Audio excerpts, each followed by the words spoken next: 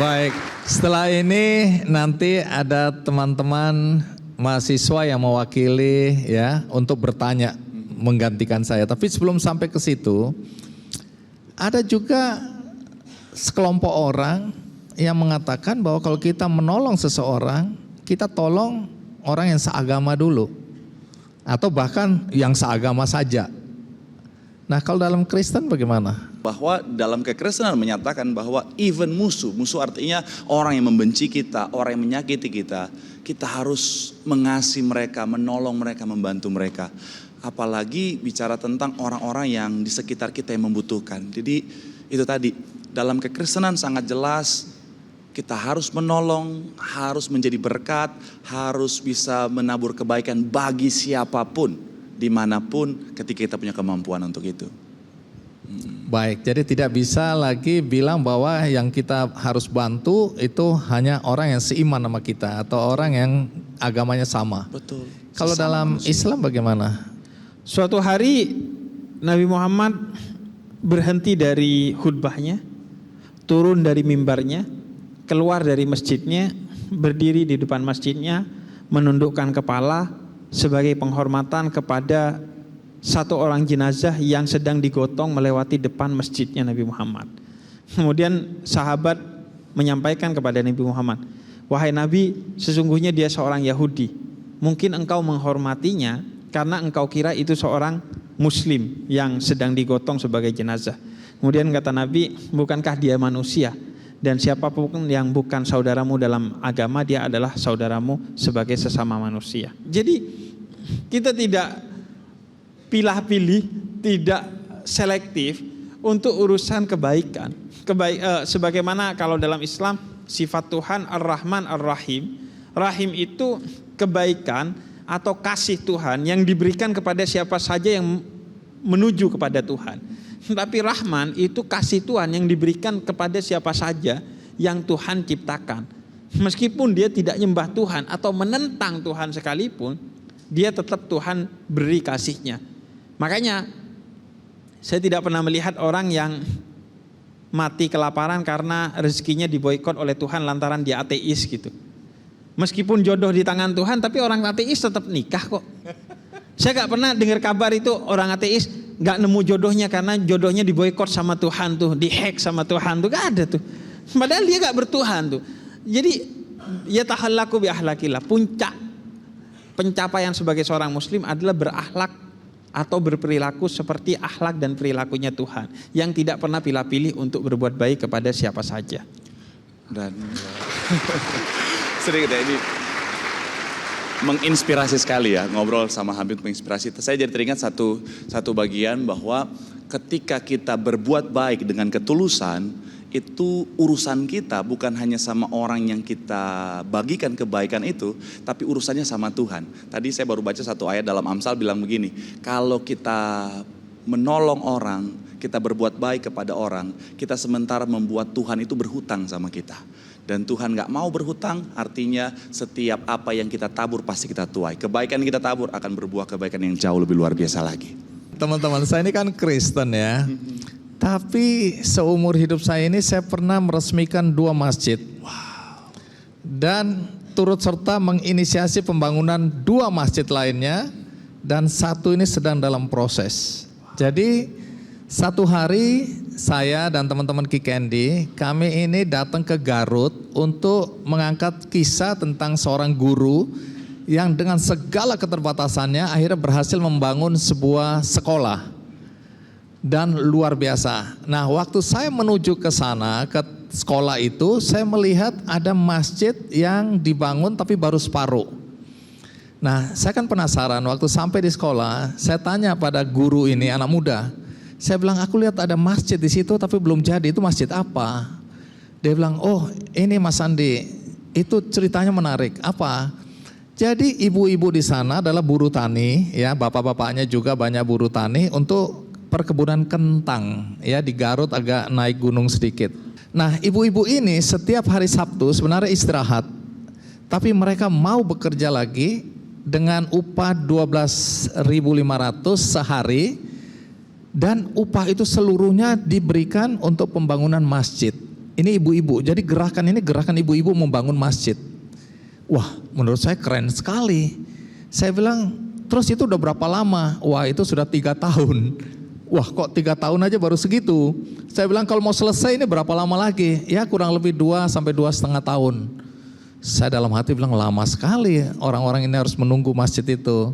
Nah, saya telepon teman-teman saya di Basnas. Saya bilang, kalian harus bantu nih masjid di Garut gini. Oh siap Bang Andi, kami siap. Wah, mereka datang diam-diam, hanya riset berapa biaya yang dibutuhkan dan seterusnya. Selesai itu dibangunlah dengan bantuan Basnas, ya. Bahkan dikasih sepasang sapi dan lain-lain. Kemudian panitia pembangunan masjid menelpon saya, Mas Andi, masjid sudah selesai, mohon diresmikan. Kan kaget aku bilang, bapak-bapak, ibu-ibu, mohon maaf saya ini Kristen. Oh kami tahu, emang kenapa? Ya orang Kristen masa meresmikan masjid? Nggak ada Pak Andi, kalau Pak Andi tidak datang masjid ini tidak diresmikan.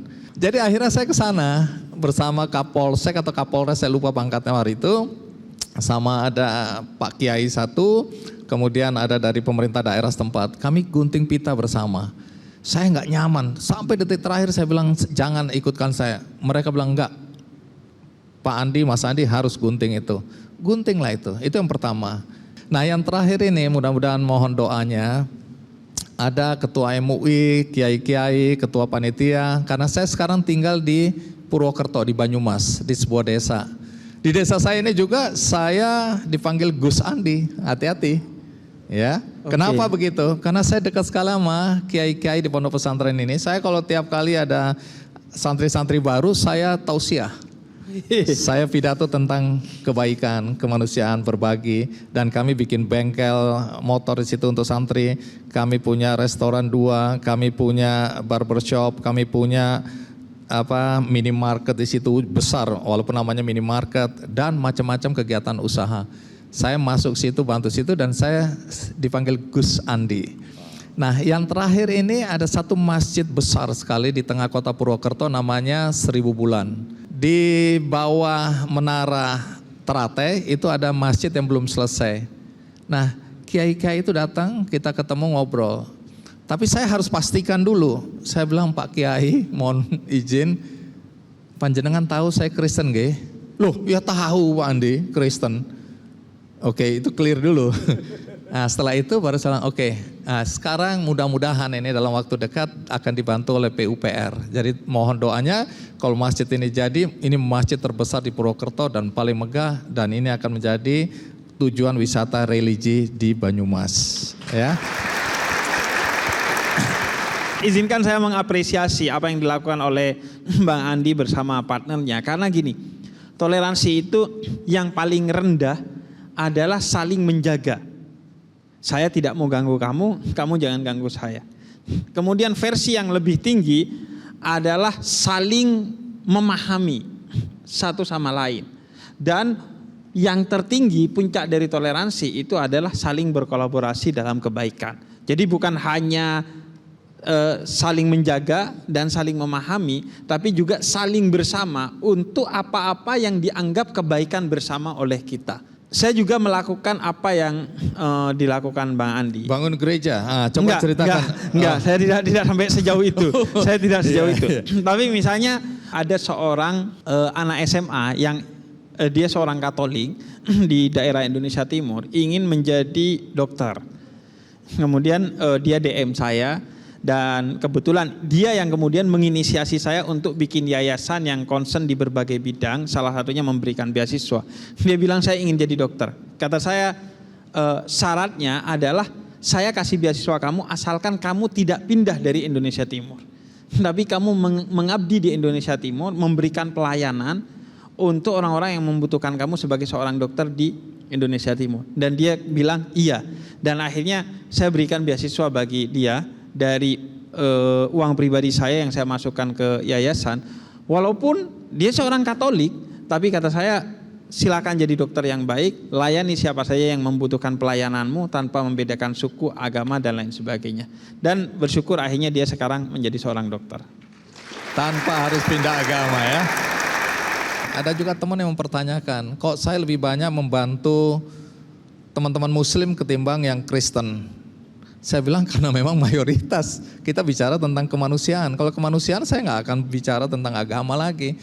Istri saya juga suka tanyain bagaimana kita apa harus berimbang. Saya bilang enggak. Pokoknya di depan mata kita siapa yang hati kita terpanggil untuk bantu. Masalah agama itu sudah selesai. Jadi jangan lagi bicara agama di sini. Kalau menurut saya ini maaf mungkin salah. Tapi kita bicara tentang kemanusiaan. Jadi buat saya agamanya apa, tapi ketika dia membutuhkan bantuan, pasti saya bantu. Itu intinya ya. Ini menjelang pilkada nih Pak Pendeta dan Habib. Muncul kekhawatiran penggunaan agama itu sebagai isu untuk memenangkan kontestasi.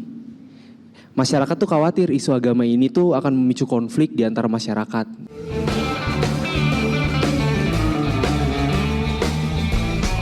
Jelajahi cara baru mendapatkan informasi. Download Metro TV Extend sekarang.